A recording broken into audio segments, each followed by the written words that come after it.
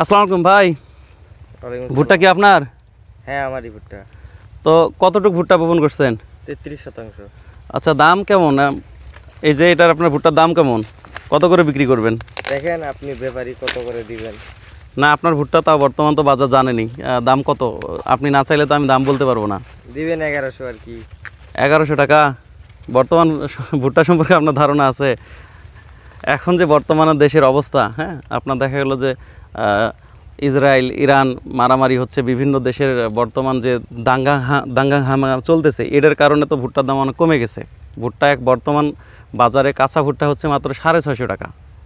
হ্যাঁ, আপনার দেখা গেলো যে বৈদেশিক দেশের মধ্যে এখন ডলারের দাম বাড়ছে। আপনার দেখা গেলো যে দেশের মধ্যে অনেক অনৈতিক দুর্ঘটনা হচ্ছে, এগুলো তো এই ভুট্টার উপরে ইফেক্ট করতেছে। ডলারের দাম বেশি হওয়ার কারণে কিন্তু ভুট্টার দাম অনেকটা কমে যাচ্ছে। বর্তমান দাম হচ্ছে আপনার 650 টাকা পার মন, তারপরও আপনাকে 2 কেজি বেশি দিতে হবে। এখন যদি দেখা গেলো যে আপনার এই ভুট্টা আবার রাখেন আপনি, হ্যাঁ, তাহলে দেখবেন যে আরও দাম কমে যেতে পারে। অতএব যেটা আছে এটা আপনি বিক্রি করে দেন। বিক্রি করে দিলে হয়তো বা যতটুকু টাকা হবে, সামনে ভুট্টা নাও নিতে পারে। বড় দেশের যে বাইরের দেশের যে অবস্থা, এটা আসলে বলার বাইরে। যখন ভাই আমরা জিনিস কিনতে যাই তখন তো জিনিসের দাম অনেক বেশি। আপনারা যখন ভুট্টা কিনেছিলেন তখন যুদ্ধ ছিল হচ্ছে রাশিয়া আর হলো ইউক্রেন, এই দুই দেশের যুদ্ধ হওয়ার কারণে কিন্তু সব কিছুর দাম বৃদ্ধি পেয়েছে। আর বর্তমানে আপনার ইসরায়েলের আর হচ্ছে আপনার ইরাকের যে একটা দাঙ্গাম চলতেছে, ওই সময় ওদের যুদ্ধ হওয়ার কারণে বৃদ্ধি পেয়েছে। আর বর্তমানে ওদের যুদ্ধ হওয়ার কারণে দেখা গেলো যে এখন ভুট্টার দাম কমে যাচ্ছে। এটা তো আপনাদের বুঝতে হবে। এটা আপনারা কৃষক মানুষ, আপনারা না বুঝলে তো হবে না। হ্যাঁ, এটা আসলে মূলত এটা নিয়ম কৃষকদের। দেখা গেলো ওই সময় ডলার দাম বৃদ্ধি পেয়েছে, ওই সময় ভুট্টার বীজ কেনার সময় দাম বেশি হয়েছে। এখন যে আপনার ইরাক আর দেখা গেলো যে ইরান আর হচ্ছে ইসরায়েলের মধ্যে যে যুদ্ধ হচ্ছে বা যুদ্ধ চলমান চলতেছে, এর কারণেও কিন্তু ভুট্টার দাম আবার কমে যাচ্ছে। এটা আপনাদের বুঝতে হবে। আসসালামু আলাইকুম। আসলে বিষয়টি হচ্ছে যে বর্তমানে যে বাংলাদেশের যে অবস্থা, প্রায় আমি দীর্ঘ 18 থেকে 20 কীটনাশক বা সার বা ভুট্টার জগতে, বিশেষ করে আমাদের অঞ্চলে কিন্তু পর্যাপ্ত ভুট্টা চাষ হয়। আমাদের এলাকায় হচ্ছে মূল যদি ফসল বলি সেটি হচ্ছে যে আপনার ভুট্টা, এরপরেই হচ্ছে ধান, তারপরে অন্য অন্য আবাদ রয়েছে। যেহেতু আমরা একটা চরের মতো থাকি, চর অঞ্চলে থাকি, সেক্ষেত্রে এই আবাদগুলো বেশি হয়ে থাকে।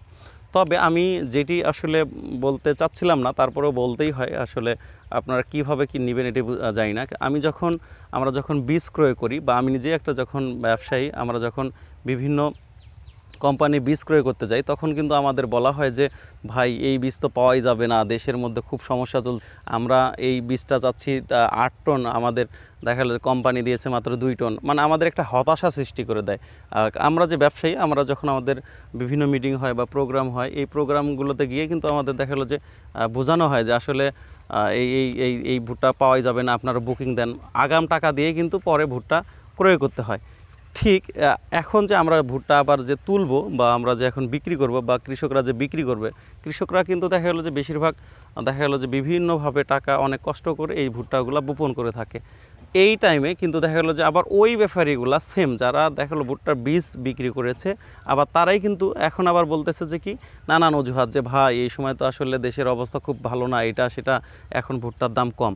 আমি জানি না যে যদি ওই লোকগুলাই যদি ভুট্টার বীজ বিক্রি করার সময় তারা বলতে পারে যে আসলে দেশের যুদ্ধের কারণে আপনার ভুট্টার বীজের দাম বৃদ্ধি হচ্ছে, তাহলে আপনার সেম টাইমে আপনার এটা তো বাংলাদেশি পণ্য, বাংলাদেশেই এটি ব্যবহার হবে, এইটা কিন্তু বাইরে যাবে না। এই ভুট্টার কিন্তু আপনাদের বাংলাদেশে যতগুলো ফিড রয়েছে, ফিডের যে ফ্যাক্টরিগুলো রয়েছে, এগুলা কিন্তু এরাই কিনে নেবে। তাহলে বাইরের দেশে যুদ্ধের সাথে আমাদের কি সম্পর্ক, এইটা আমি বুঝি না।